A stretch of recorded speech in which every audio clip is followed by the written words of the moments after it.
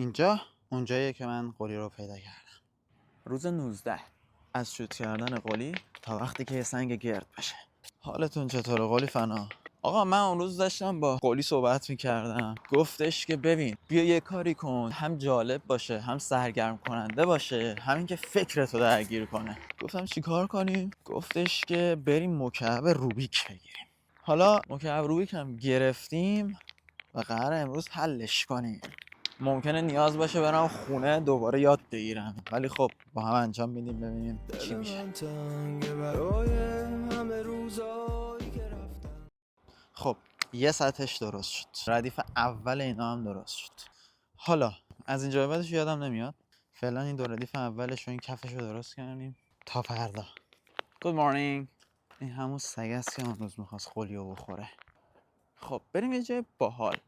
خیلیاتون گفته بودید که قلی رو از کجا پیدا کردی؟